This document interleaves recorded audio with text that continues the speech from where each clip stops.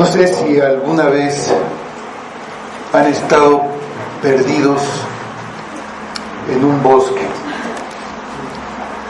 Si están perdidos en un bosque, uno tiene que estar viendo hacia abajo dónde pisa o dónde podría caminar, y muchas veces no encuentra la salida. Después de un rato, pues es que ya pasé por aquí y uno no sabe ni cómo. Entonces la mejor idea es subirse a un árbol y desde arriba ver todo el bosque, todo el panorama, y entonces ya darse cuenta de por dónde está la salida. Entonces a veces se pierde de vista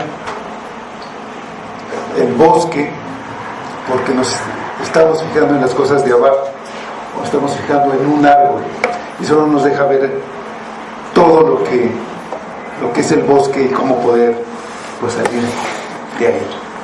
Vamos al Evangelio de Marcos 9, vamos a ver los versículos del 9 al 13, porque aquí en este pasaje los discípulos están un poco perdidos. Saben algunas cosas, pero no ven todo el panorama, y eso no les deja entender pues qué es, en este caso sería el bosque. Vamos a leer este pasaje. Dice: y descendiendo ellos del monte, les mandó que a nadie dijesen lo que habían visto, sino cuando el Hijo del Hombre hubiese resucitado de los muertos. Y guardaron la palabra entre sí, discutiendo qué sería aquello de resucitar de los muertos. Y le preguntaron diciendo: ¿por qué dicen los escribas que es necesario que Elías venga primero? Respondiendo él, les dijo: Elías a la verdad vendrá primero y restaurará todas las cosas. ¿Y cómo está escrito del Hijo del Hombre que padezca mucho y sea tenido en nada? Pero os digo que Elías ya vino y le hicieron todo lo que quisieron, como está escrito de él.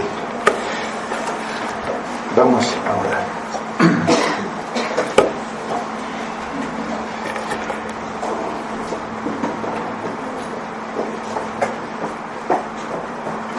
Señor, te damos gracias por tu palabra, porque en ella pues podemos entender a Cristo, la obra de Cristo, podemos entender nuestra necesidad de Cristo, y podemos conocer también la respuesta que necesitamos. Te pedimos que tú nos des sabiduría, que abras nuestros oídos, nuestros ojos, y que podamos ver en tu palabra lo que tú tienes que mostrarnos, lo que tienes que decirnos, que lo oigamos para obedecerlo, que tú obres con tu espíritu para que cambies nuestra mente y nuestro corazón, y tú nos transformes en lo que debemos ser, no en lo que no sigamos siendo lo que somos. Obra en nosotros, Padre, y que esto te dé la gloria a ti. Lo pedimos por Cristo. Amén. Pero Jesús había terminado su ministerio en Galilea y se fue con sus discípulos a regiones gentiles, principalmente para enseñarles y prepararles a ellos para el tiempo en que ya no estaría con ellos. Él ya había iniciado su camino hacia Jerusalén, que terminaría con su muerte en la cruz. Y los discípulos, a través de todo lo que habían visto y oído, llegaron por fin a entender la gran verdad. Como dijo Pedro a Jesús: tú eres el Cristo, el Hijo del Dios viviente. Después de esta gran confesión de Pedro, les enseñaba a ellos en particular. El enfoque de su enseñanza ya no era acerca de quién era Él, porque eso ya lo habían entendido sus discípulos.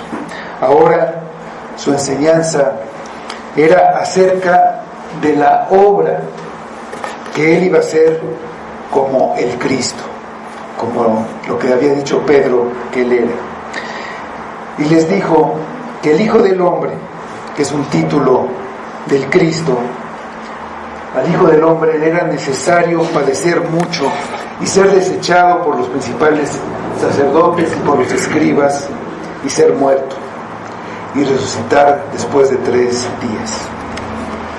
Esta enseñanza causó conmoción entre los discípulos porque desde la perspectiva que ellos tenían y que habían aprendido desde su niñez de parte de sus padres y de parte de los escribas, de los maestros de las Escrituras, el Cristo era un triunfador que iba a llevar a la nación de Israel a ser una potencia que dominara el mundo bajo el reino que Él establecería.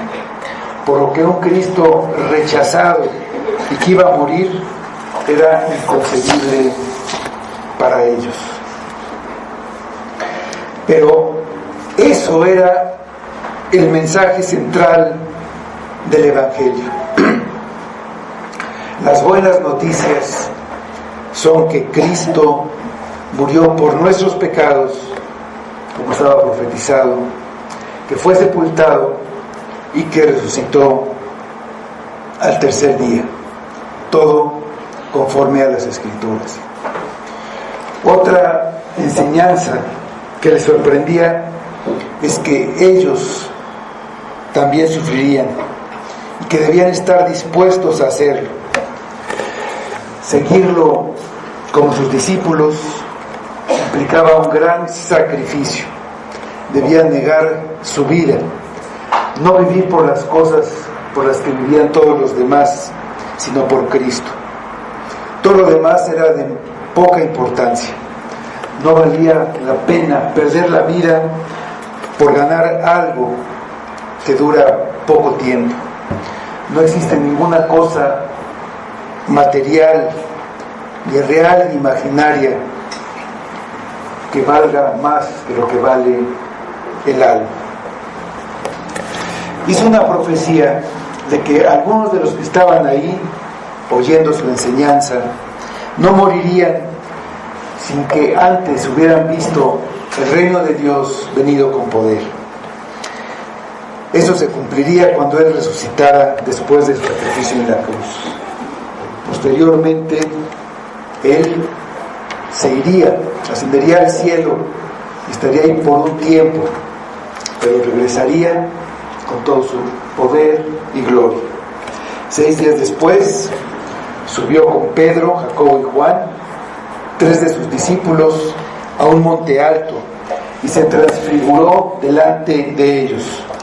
Su aspecto se transformó, su rostro brillaba como el sol y sus vestiduras se hicieron de un blanco resplandeciente.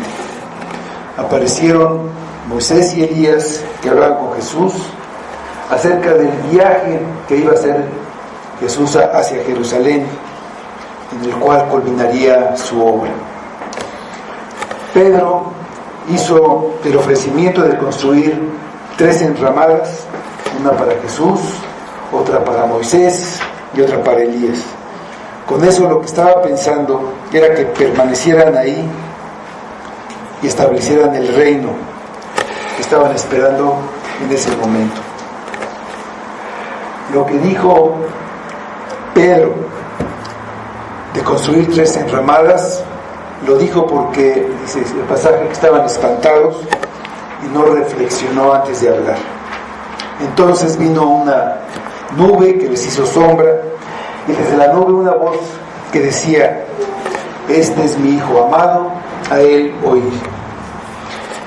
Esa instrucción del Padre es sumamente importante. Oíd se refiere a escuchar con atención. ¿Escuchar qué? Al Hijo. Lo que el Hijo dice es lo que todos los hombres deben oír. con la voz, los discípulos se postraron y cuando miraron, solo vieron a Jesús con ellos. Todo lo demás había desaparecido. Y aquí Jesús les da un mandamiento. Pues que es lo que tenemos ya en nuestro pasaje en los versículos 9 y 10. El mandamiento. Y dice: y descendiendo ellos del monte, les mandó que a nadie dijesen lo que habían visto, sino cuando el Hijo del Hombre hubiese resucitado de los muertos. Y guardaron la palabra entre sí, discutiendo qué sería aquello de resucitar de los muertos. Cuando bajaron del monte, indudablemente que los discípulos comenzaron a hablar del suceso que acababan de ver. Era algo demasiado grandioso como para que no lo comentaran. Habían oído la voz del Padre, vieron a Jesús irradiando luz hasta de sus ropas y lo vieron completamente transformado. Por si fuera poco, vieron a Moisés y a Elías, dos de los personajes más notables de la historia de Israel. Lo más lógico es que pues hablaran de esto. Si nosotros viéramos a Cuauhtémoc y a Hidalgo, o si por lo menos viéramos a un artista, un cantante o a un deportista famoso, lo comentaríamos. De hecho lo vemos y decimos: mira quién está ahí, y con los que están con nosotros, sí, es tal persona. Y si tú hubieras visto a Moisés en persona, seguro que quisieras contárselo a todos. Sin embargo, lo primero que hizo Jesús al bajar del monte fue darles el mandato de que no dijeran a nadie lo que habían visto. Estos mismos 3 discípulos habían estado presentes cuando resucitó a la hija de Jairo y les dio el mismo mandamiento.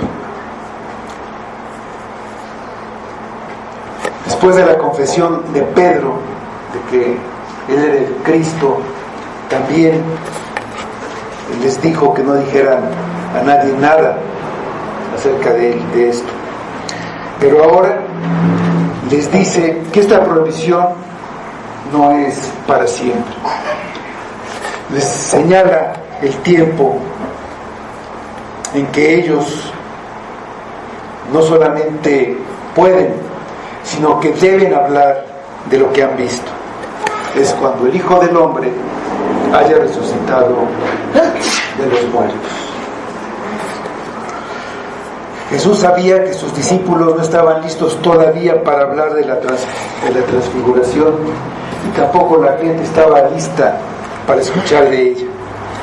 Tenían la cabeza llenas de ideas de un Mesías conquistador, y si contaban lo que había sucedido en el monte, se alimentaría la expectación del pueblo de que la hora de la venganza divina contra sus enemigos había llegado. Tienen que esperar a que la obra de Jesucristo esté terminada. Deben esperar a ver la crucifixión, la muerte y la resurrección de Jesucristo. Entonces ellos van a entender cómo se acomoda la transfiguración en la obra de redención. Todavía tenían que entender cuál era la obra del Mesías. Necesitaban todas las piezas para comunicar con precisión a todos los demás quién es Jesús y qué vino a hacer. Hablar antes es como tratar de armar un rompecabezas teniendo solamente algunas piezas y sin saber cómo debe verse cuando esté terminado. Jesús les señala hacia su obra. Vemos que les recuerda la profecía de su propia resurrección. Es una profecía que él dio muchas veces, tantas que sus enemigos la conocían perfectamente. Después de su muerte, se reunieron los principales sacerdotes y los fariseos con Pilato y le dijeron: nos acordamos que aquel engañador dijo viviendo aún: después de 3 días resucitaré. Manda poner una guardia en el sepulcro para que sus discípulos no roben el cuerpo y digan que resucitó. Sus enemigos estaban al tanto de esta profecía. En todos los evangelios vemos que él habló de su propia resurrección muchas veces, y ese evento, su resurrección, fue un tema central en el libro de Hechos.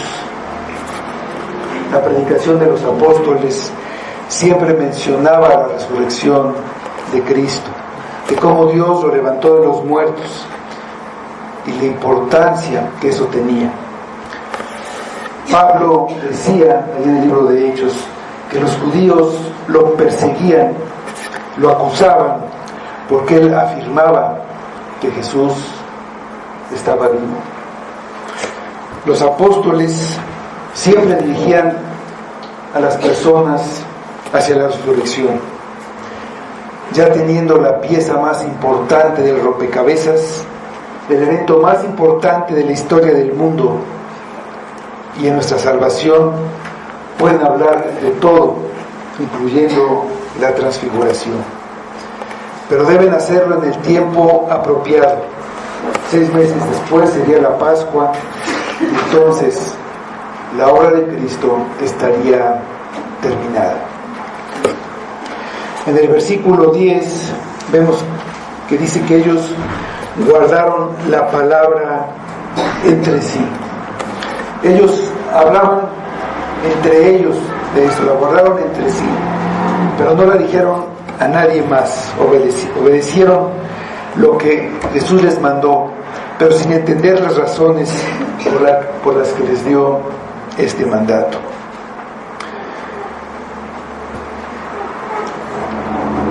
Ellos no entendían tampoco el significado de la resurrección de Cristo. Cuando oyen hablar a Jesús de la resurrección, lo que les viene a la mente es la resurrección al final de la historia, una resurrección general. Los judíos sabían de esta resurrección. El Antiguo Testamento habla de ella. En el libro de Job, el libro más antiguo de todos, Job describe esta resurrección. Ahí en el libro de Job, capítulo 19, en los versículos 25 a 27, y vamos a leer esta resurrección que está ahí escrita en este libro de Job.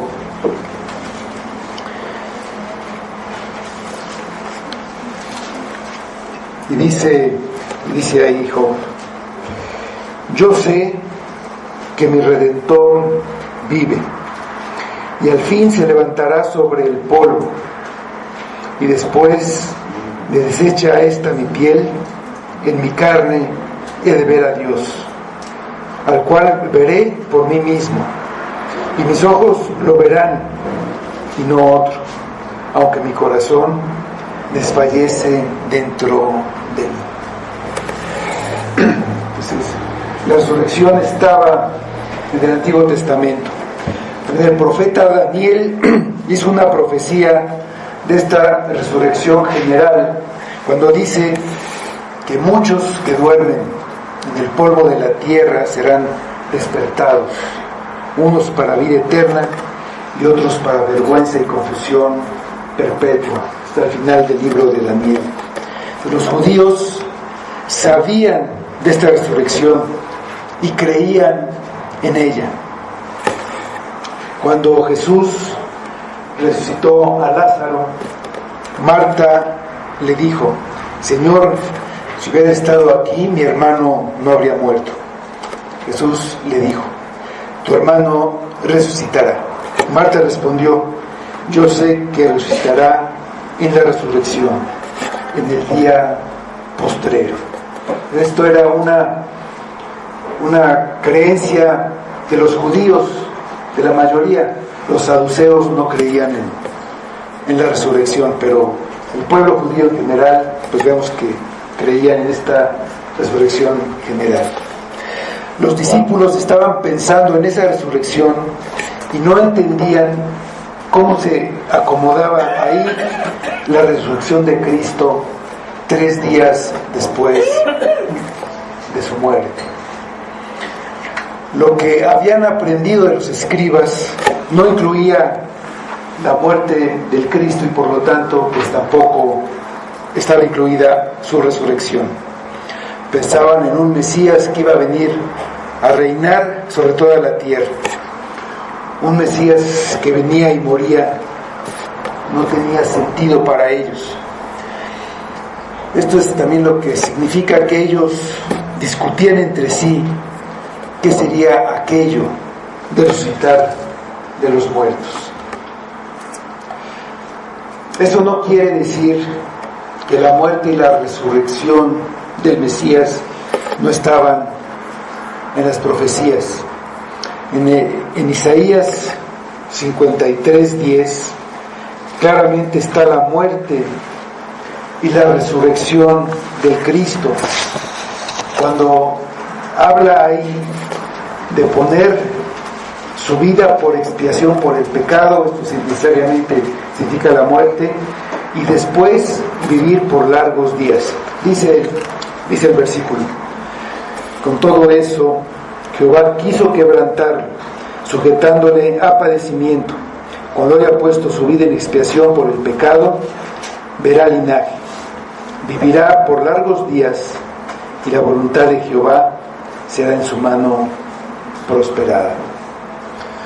Cuando oyen el mandato, lo que Jesús está haciendo era señalar hacia la cruz, diciéndoles que iba a morir y que no podían hablar de lo que habían visto en el monte hasta que se levantara de los muertos. Pero están distraídos con sus pensamientos y por eso ellos hacen otra pregunta. Hacen una pregunta sobre la profecía. En el versículo 11 tenemos esta pregunta. Y le preguntaron diciendo: ¿por qué dicen los escribas que es necesario que Elías venga primero? Los discípulos hicieron una pregunta de la profecía según lo que ellos habían aprendido de los escribas.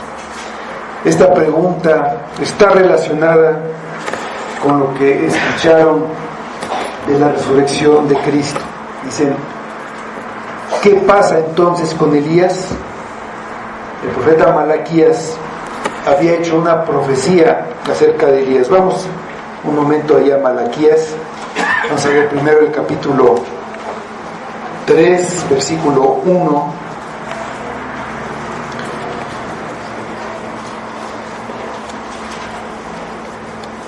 Dice ahí en Malaquías: he aquí, yo envío mi mensajero, el cual preparará el camino delante de mí, y vendrá súbitamente a su templo el Señor a quien vosotros buscáis, y el ángel del pacto a quien deseáis vosotros. He aquí viene, ha dicho Jehová de los ejércitos. El Evangelio de Marcos empieza con esta profecía.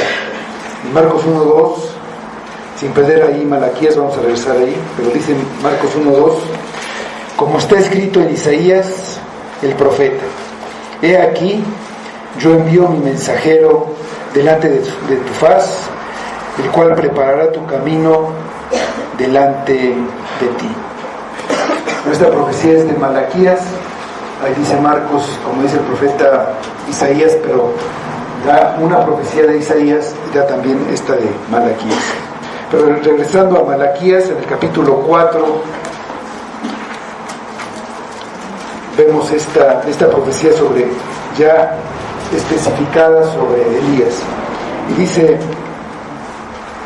ahí el capítulo 4: porque he aquí, viene el día ardiente como un horno, y todos los soberbios y todos los que hacen maldad serán estopa.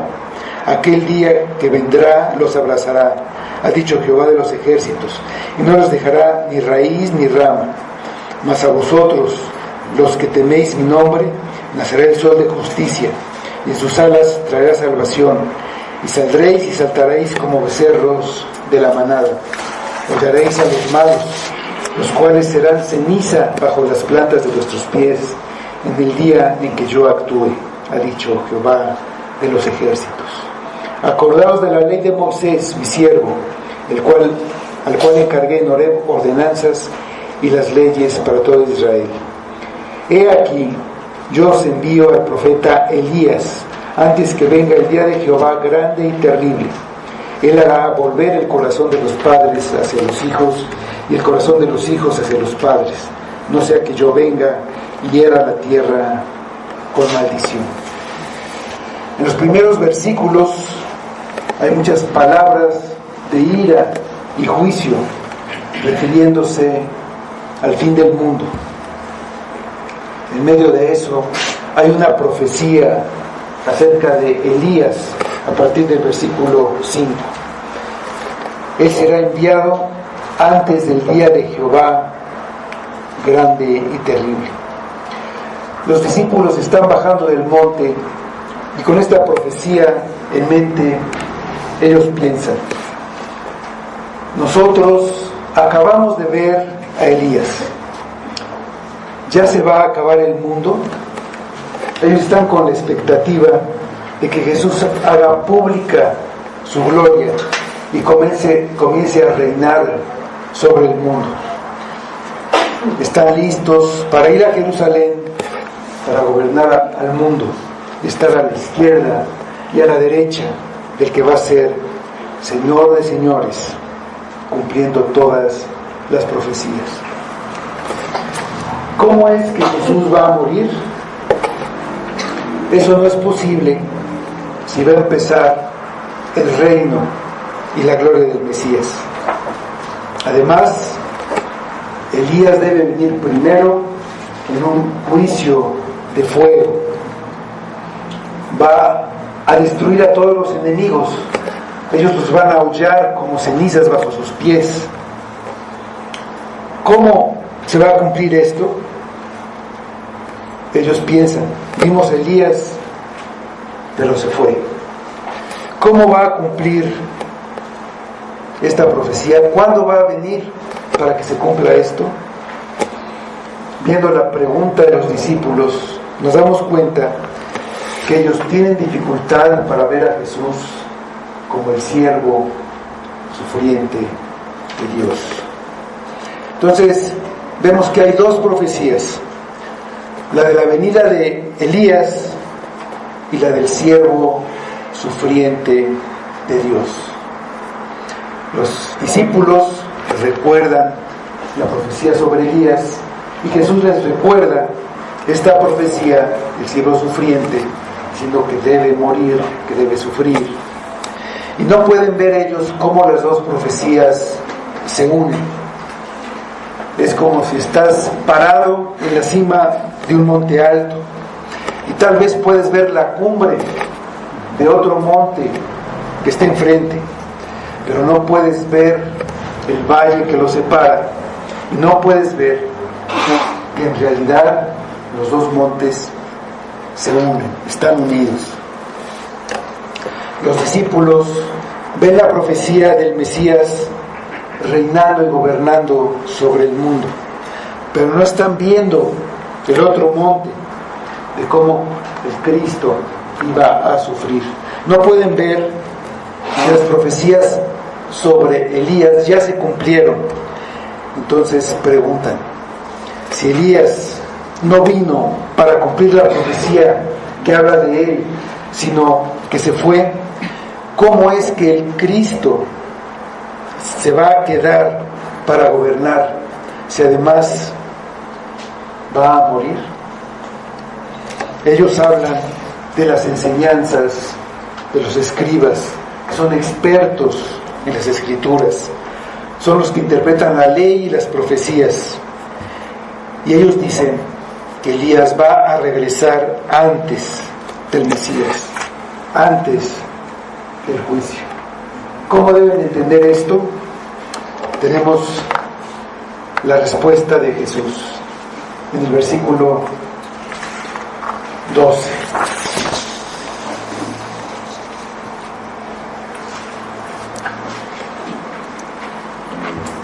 Respondiendo él, les dijo: Elías a la verdad vendrá primero y restaurará todas las cosas. Y como está escrito del Hijo del Hombre, ¿y cómo está escrito que del Hijo del Hombre que parezca mucho y sea tenido en nada? En su respuesta dice que la doctrina de los escribas es correcta, porque así lo dice la Escritura en Malaquías. Pero añade que en la Escritura también está dicho que el Mesías debe padecer. Y si esto parece imposible, si el Mesías llega, pero antes viene Elías, que logra una restauración, preparando al pueblo para la llegada del Mesías. Y si todo ya está restaurado, si ya los enemigos de Israel fueron destruidos, no tiene sentido que el Cristo tenga que sufrir y morir. Parece que las dos profecías se contradicen. Mateo aclara un poco más. Ahí en el pasaje paralelo de Mateo, en el capítulo 17, exactamente el mismo pasaje, pero se entiende un poco mejor. Dicen los versículos 11 a 13 de Mateo 17. Respondiendo Jesús les dijo: a la verdad, Elías viene primero y restaura todas las cosas. Mas os digo que Elías ya vino y no le conocieron, sino que hicieron con él todo lo que quisieron. Así también el Hijo del Hombre padecerá de ellos. Entonces los discípulos comprendieron que les había hablado de Juan el Bautista. Jesús dice que es verdad que Elías vendría primero y que restauraría todas las cosas. En su respuesta describe primero el papel de Elías y después dice cómo esto está conectado con Jesucristo, y finalmente aclara cómo es que Elías es Juan el Bautista. Lo que Jesús dice es que Juan el Bautista cumplió con el papel profético de Elías, como estaba descrito en Malaquías. Juan el Bautista negó que él fuera Elías. Vamos al Evangelio de Juan, capítulo 1, versículo 21, y ahí van a investigar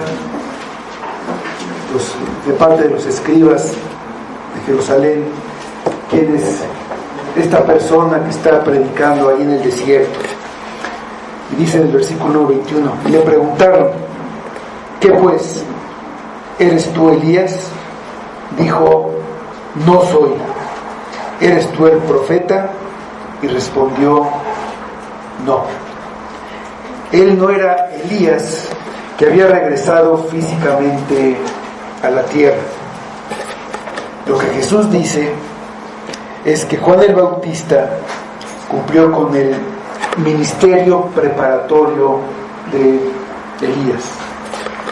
Los judíos lo asociaban a los dos, uno con el otro, porque sabían de Elías, sabían las profecías, y veían a Juan el Bautista que se vestía igual que él y actuaba igual que Elías. O sea, ellos solamente entienden en parte. ¿Por qué? Porque no entienden el propósito de la primera venida de Cristo, en la que padecer mucho y morir es lo que Él va a hacer. La gloria y el reinado sobre todo el mundo será en la segunda venida. Cuando Elías viene es para restaurar todas las cosas. ¿Qué significa restaurar todas las cosas? En el último versículo de Malaquías, el versículo 6 del capítulo 4 que leímos, pero dice: Él hará volver el corazón de los padres hacia los hijos y el corazón de los hijos hacia los padres, no sea que yo venga y hiera la tierra con maldición. Iba a haber un gran arrepentimiento cuando Él viniera. ¿Pero de quién? Del pueblo de Dios, del auténtico pueblo de Dios. En Lucas 1, versículos 16 y 17, está la profecía del nacimiento de Juan el Bautista y de lo que él haría, de cuál sería su ministerio. Leemos ahí en Lucas 1, 16 y 17. Dice: y hará que muchos de los hijos de Israel se conviertan al Señor, Dios de ellos, e irá delante de él con el espíritu y el poder de Elías, para hacer volver los corazones de los padres a los hijos y de los rebeldes a la prudencia de los justos, para preparar al Señor un pueblo bien dispuesto. Juan el Bautista restauraría todas las cosas llamando al arrepentimiento.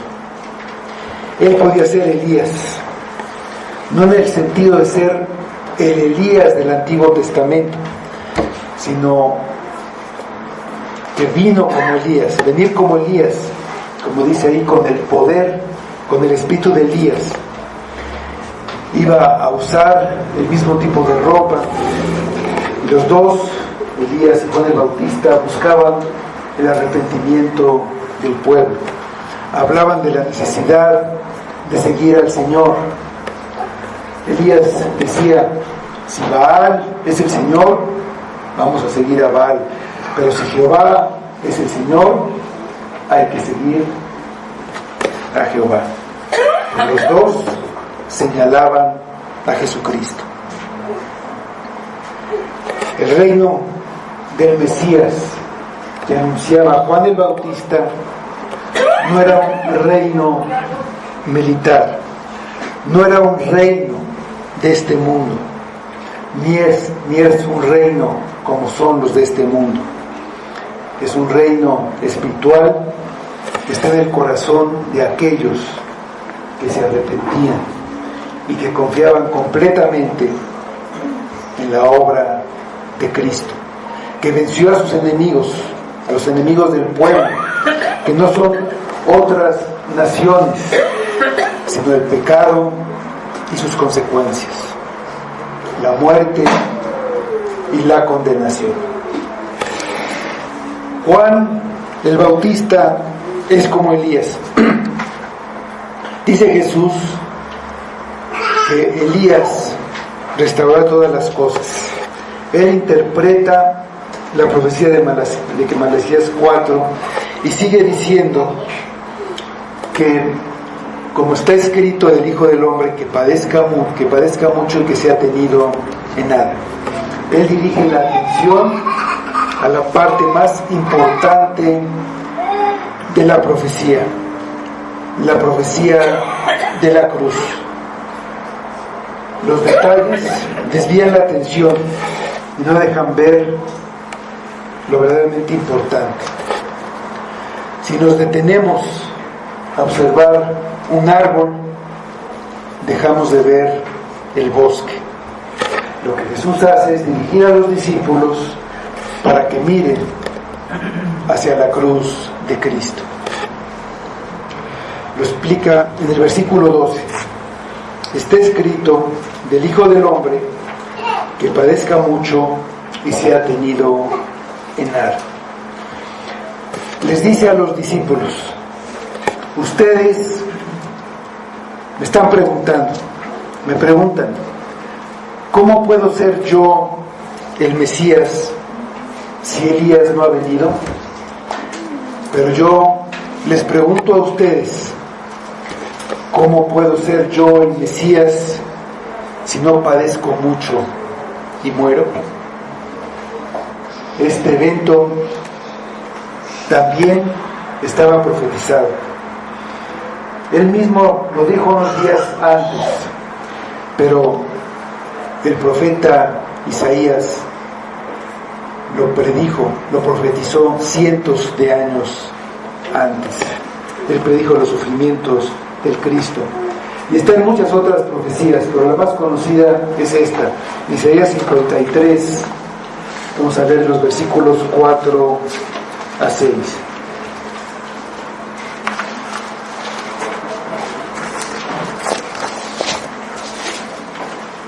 Dice: ciertamente llevó en nuestras enfermedades y sufrió nuestros dolores, y nosotros le tuvimos por azotado, por herido de Dios y abatido. Mas él herido fue por nuestras rebeliones, morido por nuestros pecados. El castigo de nuestra paz fue sobre él, y por su llaga fuimos nosotros curados.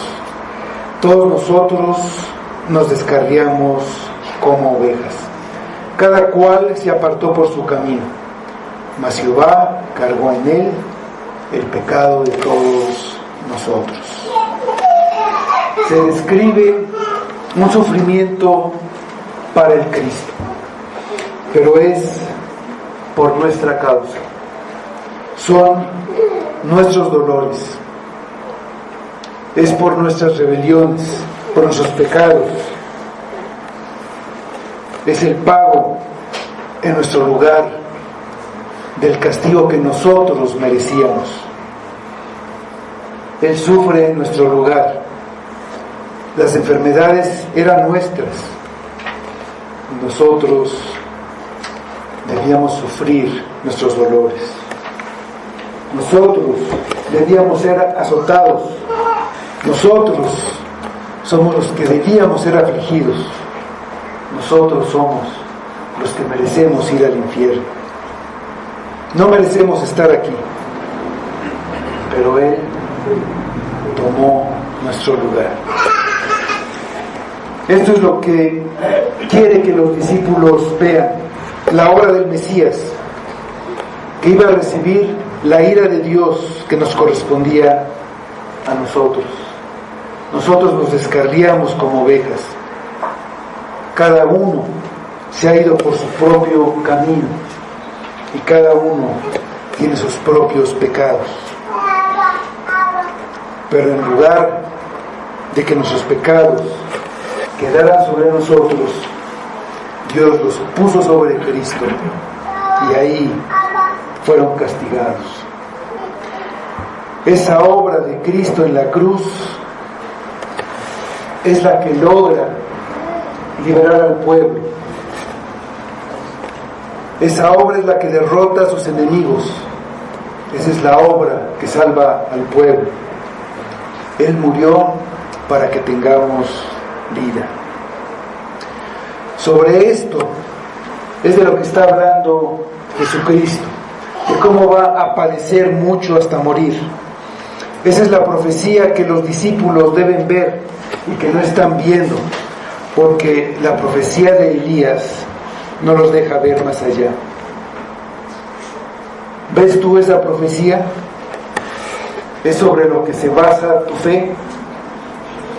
Dice el versículo 13: pero os digo que Elías ya vino y le hicieron todo lo que quisieron, como está escrito de él. Jesús regresa al tema de Elías y les dice que Elías ya vino. Sabemos que está hablando de Juan el Bautista y los discípulos pueden entenderlo también. Elías vino de nuevo de esa manera, en el espíritu de Elías, en el poder de Elías, pero sí vino en la persona de Juan el Bautista. Pero no lo dejaron hacer la restauración de las cosas. Los hombres a los que debían preparar para la llegada del Mesías le hicieron todo lo que quisieron. Lo encarcelaron y lo mataron. Elías sufrió la persecución de Jezabel, la esposa del rey Acab. Juan el Bautista sufrió la persecución de Herodías, la esposa de Herodes. Y Jesús dijo primero: Elías, a la verdad, vendrá primero y restaurará todas las cosas, poniendo su labor en un tiempo futuro. Y después dice aquí que Elías ya vino, como algo que ya había pasado. Queda sin responder una pregunta de que si habrá un Elías antes de la segunda venida del Señor. En el cambio de los tiempos que hace Cristo, Elías vendrá y Elías ya vino. La primera es la forma popular en la que se hablaba de esto en ese tiempo, según las enseñanzas de los escribas. Elías vendrá.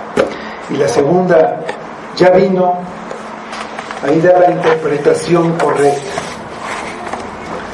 Hasta cierto punto es la diferencia entre un cristiano y un judío religioso.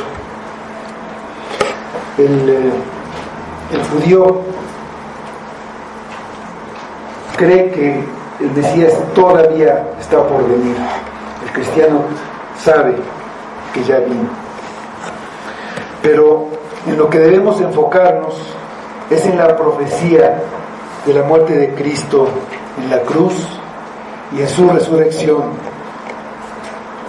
para manifestarla a otros. La profecía de la resurrección ya se cumplió y entonces podemos hablar de eso, podemos hablar de la transfiguración y de todo lo que queramos. Estas son las buenas noticias del Evangelio de Cristo y debe ser la esencia de nuestro mensaje. Todas las profecías son importantes, pero a muchos les gusta hablar de las profecías, del Apocalipsis, de todos los detalles, de lo que podría pasar y de cómo podría pasar. Pero lo importante es que el Cordero de Dios fue herido, fue crucificado y que lo hizo en nuestro lugar. Sí debemos ver los árboles, pero sin perder de vista el bosque. En palabras de Pablo, la cruz, y solo la cruz, es en lo que debemos gloriarnos.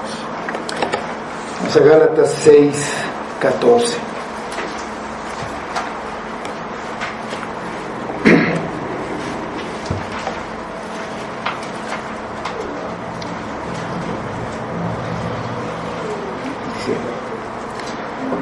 Pero lejos esté de mí gloriarme, sino en la cruz de nuestro Señor Jesucristo, por quien el mundo me es crucificado a mí y yo al mundo.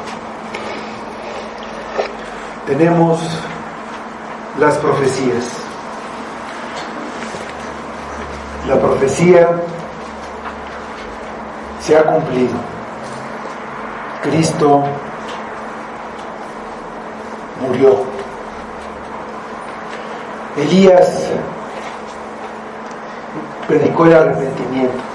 Juan el Bautista predicó el arrepentimiento. Tienes que juntar las profecías. Sabes que eres culpable, que has pecado y que la ira de Dios está sobre ti. El juicio viene.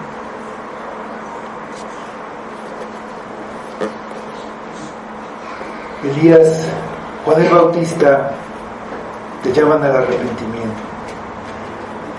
Deja tu pecado. Mira a Cristo. Mira hacia la cruz de Cristo. Ahí tienes el motivo más que suficiente para dejar tu pecado. Dios muestra su amor para con nosotros en que siendo aún pecadores, Cristo murió por nosotros. Aunque no lo hagas por tu bien, por egoísmo, por amor a Cristo, por Cristo, por tu alma, por amor a tu alma, arrepiéntete y ven a Cristo. Confía en su obra, de su muerte, de su resurrección. Eso es lo que te salva. Él fue castigado en tu lugar. Si tú te arrepientes, tus pecados son puestos en Él. Y Él los llevó a la cruz y fueron pagados.